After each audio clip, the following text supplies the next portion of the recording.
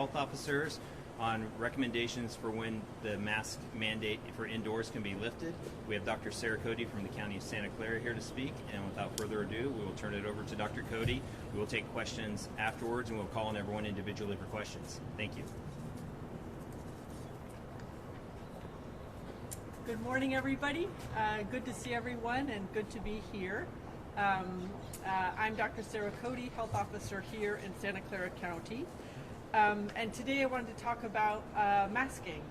Together with my colleagues across the San Francisco Bay Area region, we are adopting shared metrics for when to retire the indoor mask mandate.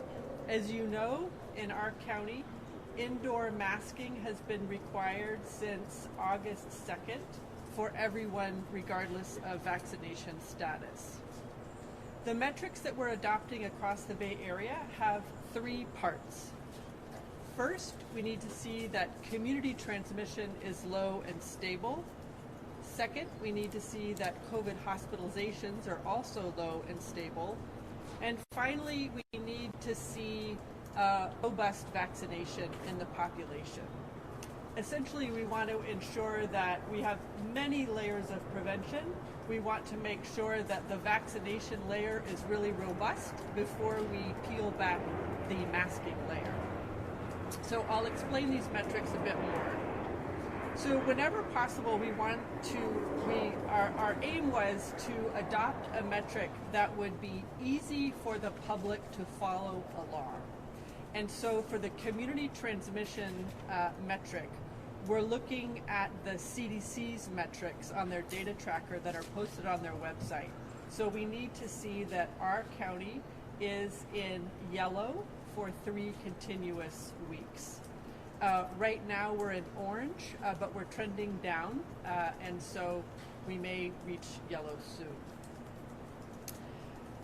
For vaccinations, we will be updating our public dashboard to show the percent of total vaccinations, total population vaccinated, because the vaccination metric is we either need to reach 80% of the total population vaccinated or 8 weeks since the 5 to 11-year-old age group is eligible to be vaccinated. So it's an or, whichever one we reach first. The 80% you'll be able to track on our dashboard, and the 8 weeks, of course, everyone will know once the announcement is made that it's 8 weeks after that. And finally, the hospitalization metric, that one is in the judgment of the local health officer. So hospitalizations need to be low and stable in the judgment of the local health officer. That's not one that you're going to be able to track on our public dashboard. And we really spent a long time discussing this metric. It has a lot to do with a hospital capacity in the jurisdiction. I can tell you that at Santa Clara County, our hospital capacity is on the robust side. So that metric is going to be fairly simple for us to meet. Before I take questions, I first want to express my enormous gratitude to the public here in Santa Clara County and across the Bay Area region. We as a region, our public has by and large embraced the COVID prevention measures that we've talked about and asked everyone to do. And because of that, our rates are fairly low. We have had a fourth surge, but it has been relatively blunted compared to the experience in other parts of the state and country. So we have our prevention strategies that we know. We know vaccination, masking, ventilation, distancing, and testing is needed. These are the strategies that protect us. These are the strategies that our public has embraced. And together, I hope that we can get to the other side of this pandemic as quickly as possible. And I'm happy to answer any questions. We'll call on everyone individually. We will start with the Mercury News. Looking at the trends, when do you think that we can get rid of the mask mandate indoors? What kind of timeline do you see in this county and perhaps others? Well, I think it's going to be hard to say. So we have to meet all three metrics. It's an and: low and stable community transmission, and hospitalizations low and stable, and robust vaccination by one of these two measures. I would say that we're pretty much there with the hospitalization metric. So what we need to do is watch our community transmission and our vaccination. So what do you think? Like a rough idea? A week? A month? Well, I think that the metric that's probably most important and is going to be the most challenging is the vaccination metric, because we need 80% of our whole population needs to be fully vaccinated, or 8 weeks since the 5 to 11s become approved for use by the FDA and the other bodies. We'll go to KPIX. San Francisco is announcing on October 15th that they're allowing mask mandate to be lifted in certain settings, offices, gyms, religious gatherings, college classes, if they can prove that everybody there is vaccinated. You know, there's a long list of rules. Do you anticipate Santa Clara County having something like that that gives private organizations some kind of flexibility in that regard? As you know, in Santa Clara County, we do not have any vaccination mandates. So unlike some other jurisdictions, we don't have a vaccination requirement or a mandate for restaurants or bars or gyms or what have you. We have always here sought to have rules that are as simple as possible, as easy as possible for the public to understand. And so here in Santa Clara County, as well as most jurisdictions in the Bay Area, we will keep our requirement for indoor masking regardless of vaccination status until we meet these metrics that we've adopted across the Bay Area. NBC. So in your discussions with your colleagues, is there debate or discussion going on in terms of everybody maybe implementing everything at the same time, so you don't have one neighboring county with different requirements or different standards or restrictions than another county that could be literally a few feet away? Yeah, thank you for the question. What we decided, and this was a lot of discussion amongst our group, and as you know, the Bay Area health officers, we've been working together quite closely since the beginning of the pandemic. So what we landed on was shared metrics, but it may be that one county reaches the metric before another adjacent county. So we will probably be lifting the indoor masking requirement at different times, simply because the hospitalization and community transmission rates differ by county, as well as the vaccination rates. So are you concerned, though, that could cause a problem in terms of one county lifting it, the neighboring county doesn't? I think what's important is that we communicate to you all and to the public how we are thinking about this and what factors are important. And so that there are shared metrics across the region, and that those metrics are something that the public can see. The public can see what percent of the population is fully vaccinated. The public can track on their calendar how many weeks has it been since the vaccine was approved for use in 5 to 11-year-olds. The public can look at the CDC website and look at Santa Clara County and see how long has Santa Clara County been in yellow. So the most important thing is that we have metrics that are relatively simple and that the public can see and that we can track them together. NTD. So, once the county decides to lift its mask mandate, will this be permanent, or will masks be reinstated if the county sees them? We do not have a shared metric across the region regarding reimposing an indoor masking requirement. But what I can say is that some of the things that we will all be looking out for are emergence of a new variant, how the vaccines do over time with any new variant emerging, and things like that. Spotlight. Yeah, as you know, there have been inequities in vaccinations and rates in communities of color and low-income communities. So I'm wondering if the state or the county's health equity metric was considered in drafting these metrics for lifting the mandate. Yes, there are so many different factors to consider, and so many different factors to weigh together to come up with this metric. All of us across the Bay Area are laser focused on ensuring that everyone who needs a vaccination gets a vaccination, and we've adopted many strategies across the region. I think most counties have the equivalent of our MOVAX, which is specifically tailored to reach vulnerable communities and try to encourage vaccination in those communities. Mercury News. Yeah, just to be clear, if you need the total population of 80% vaccination, that includes infants, whatever, right? That's right. Okay, and where are we now? Right now, we have, if I've got it right, 72.4% of the total population in Santa Clara County is fully vaccinated.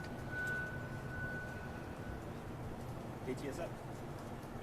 What percentage of the population is 0 to 11? Because that seems like a number that may not be able to be reached, so you have to go directly to the 8-week mandate.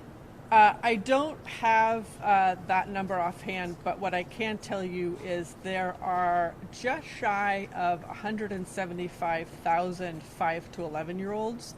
So that's the size of the population that we anticipate will become newly eligible for vaccination.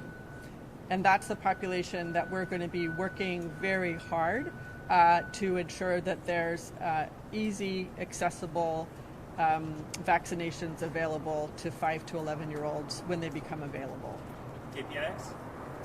Do you think we'll have holiday parties with no masks this year? I think it's important to remember those 5 important prevention strategies to prevent COVID: vaccination, masking, testing, ventilation, and social distancing. We also know that the pattern we've seen by and large with COVID is about a 2 months on, 2 months off, 2 months on, 2 months off. So last year we saw our cases begin to tick up in early November. Whether we'll see that this year, I don't know. But regardless of when holidays are scheduled, what's important is to see how much COVID is circulating and how many of those layers of prevention do I need to make sure are in place to protect myself and my family. That's really the key. Sounds like a maybe. NBC. Any follow-ups? Anyone else over here? Thank you everyone for attending. We appreciate you being here. We will now begin with the Spanish portion of our media event, followed by other languages, and we're available on the PR side if you need us later. Thank you.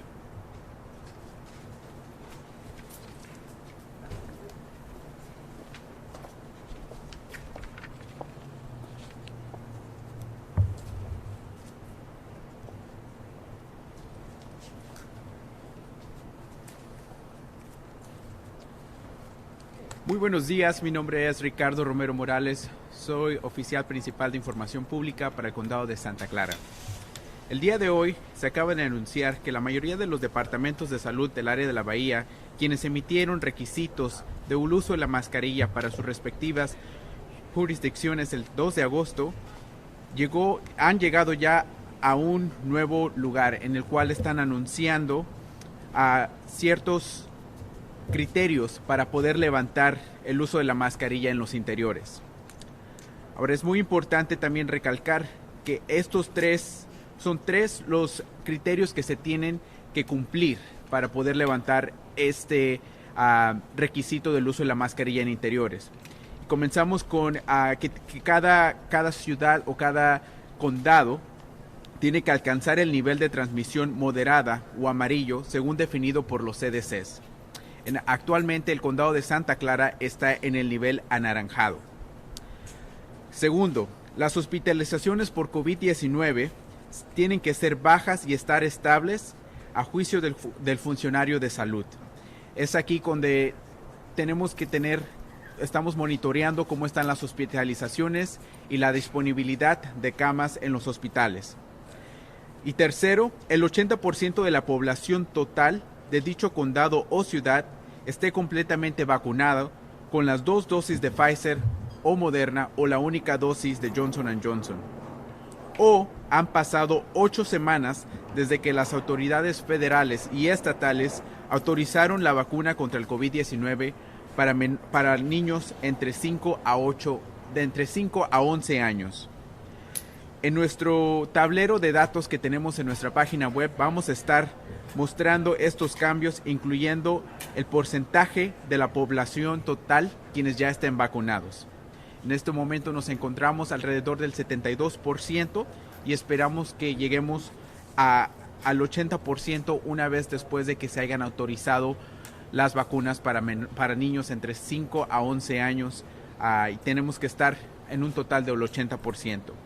También es importante recalcar que para la primer criterio, el cual incluye que alcanzar el nivel de transmisión moderada, tenemos que estar ahí en ese nivel amarillo por al menos 3 semanas. Entonces son 3 semanas que tenemos que esperar y tenemos que estar vigilantes acerca de las hospitalizaciones y también el número total de la población o el porcentaje total de la población quienes ya hayan recibido su segunda dosis. Ahora también es muy importante recordar que levantar un mandato local del uso de las mascarillas en los interiores no impedirá que las empresas, organizaciones sin fines de lucro, iglesias u otras personas con espacios en interiores impongan sus propios requisitos. Y también es importante recordarles que puede que alguna de estas condados o ciudades se muevan más rápido que el condado de Santa Clara o viceversa.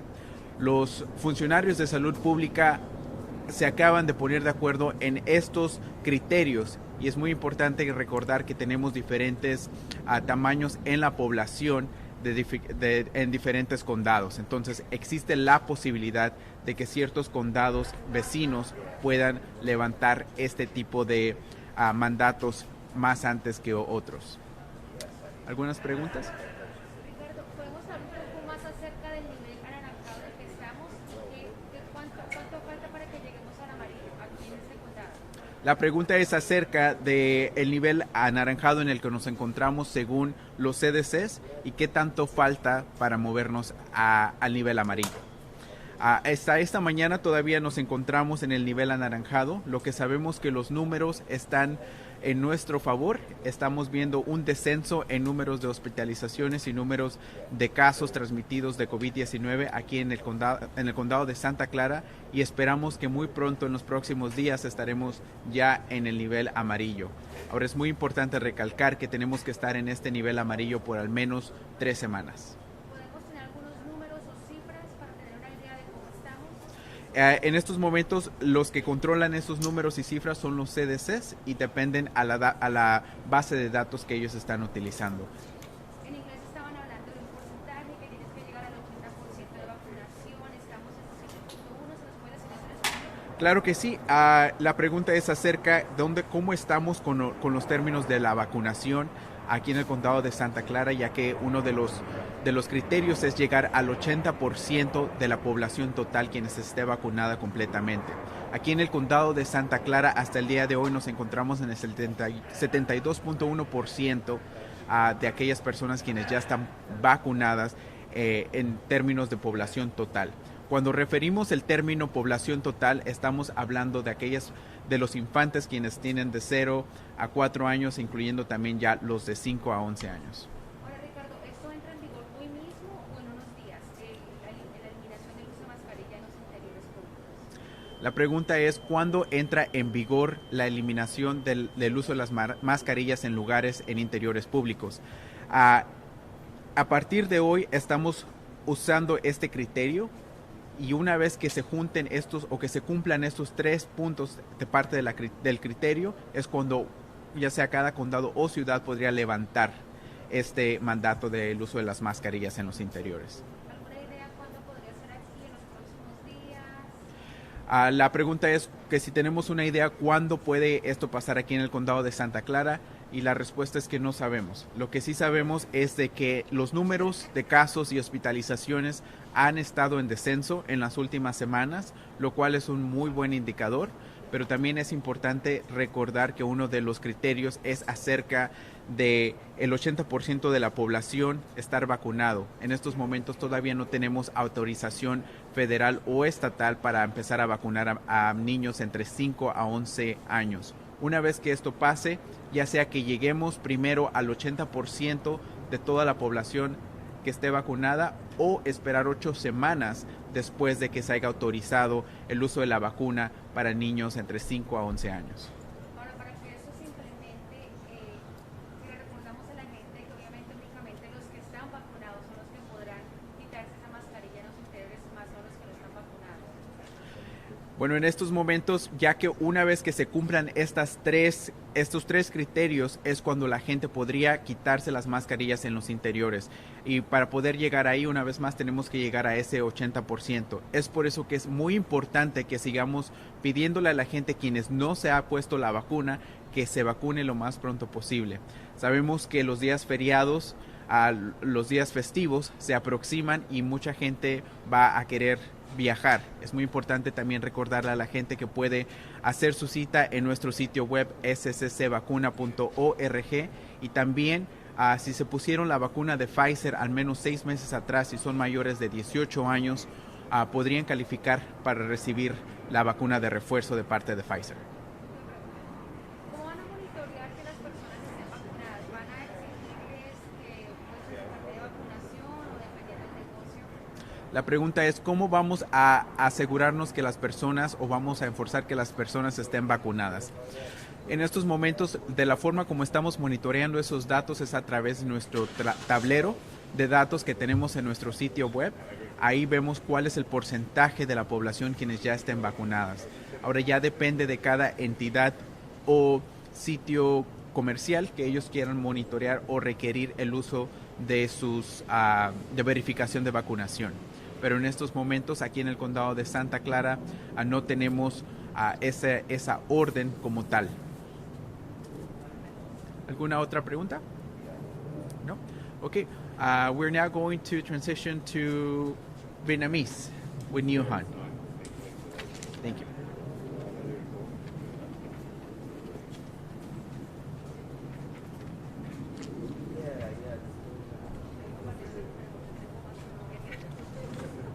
Xin kính chào tất cả. Hiện nay, với việc tiêm ngừa và mang khăn che mặt trong nhà đã giúp làm giảm tỷ lệ nhiễm bệnh và nhập viện do Covid-19, các viên chức y tế của vùng Vịnh hôm nay đã dỡ bỏ các lệnh y tế yêu cầu mang khăn che mặt bên trong các khu vực công cộng và cho phép các tổ chức tự do đặt ra các yêu cầu đó. Đa số các sở y tế vùng Vịnh đã yêu cầu mang khăn che mặt trong khu vực của họ từ ngày 3 tháng 8 vì có sự đột tăng của các trường hợp nhiễm trong mùa hè cũng như trường hợp nhập viện và tử vong. Nhưng với các số liệu trong vùng cho thấy hiện nay cơn sóng đó đã giảm xuống và vì vùng Vịnh hiện nay là một trong những vùng có tỷ lệ tiêm ngừa cao nhất toàn quốc, các viên chức y tế trong vùng đã đồng ý là đã đến lúc phải có kế hoạch chuyển tiếp. Các viên chức sẽ dỡ bỏ lệnh mang khăn che mặt bên trong nhà tại các khu vực công cộng, không dựa theo các luật hiện hành về việc mang khăn che mặt của tiểu bang và liên bang. Nếu tất cả những điều sau đây xảy ra, khu vực đã đổi qua ngạch trung bình, tức là ngạch vàng như theo định nghĩa của CDC và giữ như thế được 3 tuần, ít nhất là 3 tuần. Và các trường hợp nhập viện do COVID-19 đã giảm và ổn định theo quyết định của viên chức y tế và 80% tổng số cư dân trong khu vực đã được tiêm ngừa đầy đủ với 2 liều của Pfizer hoặc Moderna hoặc là 1 liều với thuốc của Johnson Johnson không tính liều hỗ trợ, hoặc 8 tuần đã trôi qua từ khi tiêm ngừa COVID-19 được phê duyệt để sử dụng khẩn cấp cho trẻ em từ 5 đến 11 tuổi theo luật của tiểu bang và liên bang. Dỡ bỏ lệnh bắt buộc mang khăn che mặt trong nhà sẽ không ngăn cản các cơ sở thương mại, các cơ sở bất vụ lợi, nhà thờ và những khu vực công cộng bên trong nhà có các yêu cầu riêng của họ. Vì COVID-19 dễ dàng lây lan qua các giọt khí, khăn che mặt sẽ vẫn là một cái phương pháp hiệu quả nhất để tránh việc lây lan. Mỗi khu vực sẽ rút lại lệnh tùy theo sự đáp ứng yêu cầu của khu vực đó. Các tiêu chuẩn được đặt ra để hỗ trợ các quyết định về thời gian nào là sẽ an toàn nhất, có thể dỡ bỏ lệnh mang khăn che mặt bên trong nhà dựa theo tính đồng thuận của y tế và khoa học. Các tiêu chuẩn được đưa ra cũng là để bảo vệ an toàn cho trẻ em từ 5 tới 11 tuổi, vì các em vẫn cần được sự bảo vệ từ việc mang khăn che mặt trong cộng đồng, giúp giữ số trường hợp nhiễm thấp để các em có thể đi học cho đến khi các em được tiêm ngừa. Các hướng dẫn y tế trong việc mang khăn che mặt của tiểu bang California có thể vẫn còn hiệu lực sau khi yêu cầu mang khăn che mặt của địa phương đã được dỡ bỏ, có nghĩa là những ai chưa tiêm ngừa COVID-19 đầy đủ vẫn phải tiếp tục mang khăn che mặt tại các khu vực công cộng bên trong nhà và trong các cơ sở thương mại. Tiểu bang cũng yêu cầu tất cả mọi người mang khăn che mặt cho dù đã tiêm ngừa hay chưa trong các cơ sở chăm sóc sức khỏe, trạm giao thông công cộng, các khu vực chăm sóc người lớn tuổi và người già. Hướng dẫn mang khăn che mặt của tiểu bang California tại các trường học từ mẫu giáo cho tới lớp 12 cũng không bị ảnh hưởng vì sự thay đổi của lệnh y tế địa phương. Một ủy ban cố vấn của cơ quan FDA đã được xếp lịch để xem xét đơn xin của hãng Pfizer-BioNTech cho phép sử dụng khẩn cấp thuốc tiêm ngừa COVID-19 của họ đối với trẻ em từ 5 đến 11 tuổi vào ngày 26 tháng 10. Xin cảm ơn quý vị. Tôi là Tôn nữ Như Hạnh, nhân viên truyền thông của hạt Santa Clara. Và tiếp theo là cô Ann Chang cho phần tiếng Hoa. Xin cảm ơn.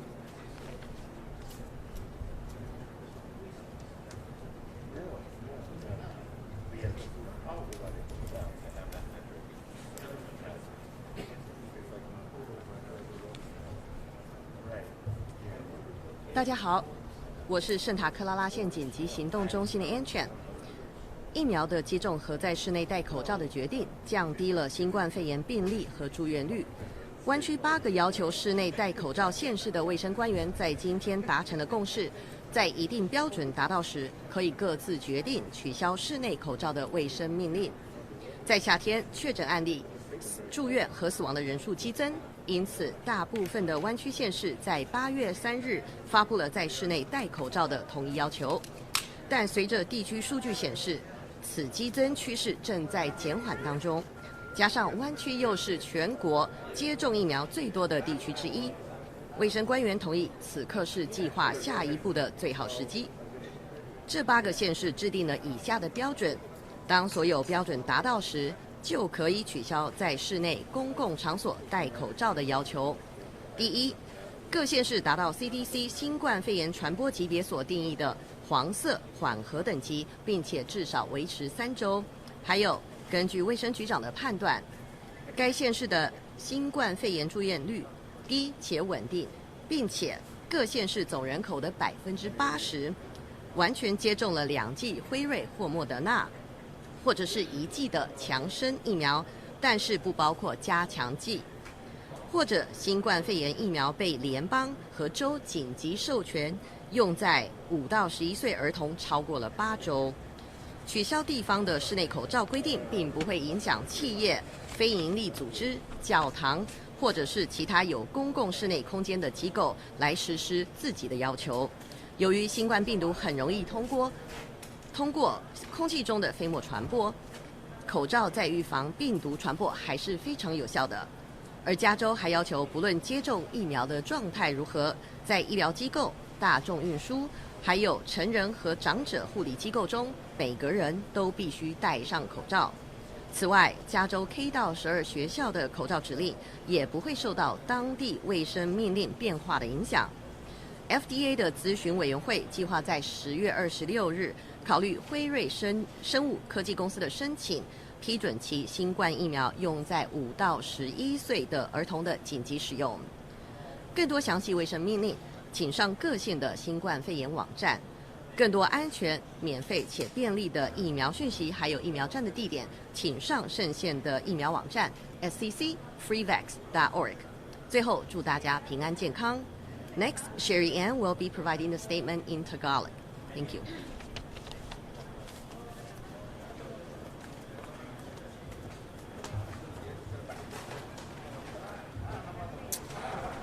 Magandang umaga po. Ako po si Sherry Ann Mangligot, ang inyong Public Information Officer dito sa Santa Clara County. Ang mga opisyal ng pangkalusugan sa Bay Area ay nag-issue para sa pagpapataas ng mga kinakailangan sa pagmamaskara sa COVID-19 sa panloob na lugar. Sa pagdesisyon ng pagbabakuna at pagsusuot ng mga panakip sa mukha sa panloob na lugar ay nakakapagpapababa ng mga antas ng kaso ng COVID-19 at hospitalisasyon. Ang mga opisyal ng pangkalusugan ng jurisdiksyon sa Bay Area ay nangangailangan ng mga panakip sa mukha sa halos lahat ng mga panloob na lugar ngayon ay nakamit ang konsensus ng pamantayan upang itaas ang kautusan sa pangkalusugan sa ilalim ng mga kondisyon. Ang mga opisyal ng pangkalusugan ay patuloy na nagtutulungang nagtatrabaho sa buong Bay Area upang maprotektahan ang pampublikong pangkalusugan na mayroong patuloy na regional na paglapit at upang magplano para sa susunod na yugto para sa pagtugon sa COVID-19 sa oras na ito ng pandemya. Ang mga county sa Bay Area ay itataas ang mga kinakailangan sa pagmamaskara sa panloob na lugar sa mga pampublikong lugar na hindi napapaloob sa estado at federal na panuntunan ng pagmamaskara kung ang jurisdiksyon ay makamit ang katamtaman na dilaw na antas na tinukan ng CDC at mananatili ito ng 3 linggo at kung ang hospitalisasyon sa COVID-19 ay mababa at hindi nagbabago. Sa pagsusuri ng mga opisyal ng pangkalusugan at kung ang 80% ng jurisdiksyon ng buong populasyon ay ganap na nabakunahan ng 2 dosis ng Pfizer o Moderna o 1 dosis ng Johnson & Johnson o 8 linggo na ang nakalipas mula nang maotorisa ang bakuna sa COVID-19 para sa emerhensiyang paggamit ng federal at mga otoridad ng estado para sa nasa 5 hanggang 11 taong gulang. Bawat jurisdiksyon ay babawiin ang kautusan kung ang mga pamantayan ay makamit sa kanilang county o lungsod. Ang pamantayan ay makakatulong din sa proteksyon para sa mga batang pumapasok sa paaralan na nasa edad ng 5 hanggang 11 taong gulang na nangangailangan ng karagdagang proteksyon na pagmamaskara sa komunidad upang mapanatiling mababa ang antas ng kaso at upang mananatili sila sa paaralan hanggang sila ay mabakunahan. Ang estado ay nangangailangan ng pagsuot ng panakip sa mukha para sa lahat, anuman ang katuyuan ng inyong pagbabakuna sa mga healthcare na pasilidad, mga pampublikong transportation at adult o senior care facilities. Ang FDA Committee Advisory ay naka-schedule na ikonsidera ang aplikasyon para sa Pfizer-BioNTech upang magbigay ng pang-emerhensiyang paggamit para sa COVID-19 na bakuna para sa mga nasa edad na 5 hanggang 11 taong gulang sa October 26. Importante pa rin na kung sino man ang hindi nababakunahan o kwalipikado para sa booster na gumawa ng appointment sa pagbabakuna sa kanilang healthcare provider o sa pamamagitan ng www.sccfreevax.org.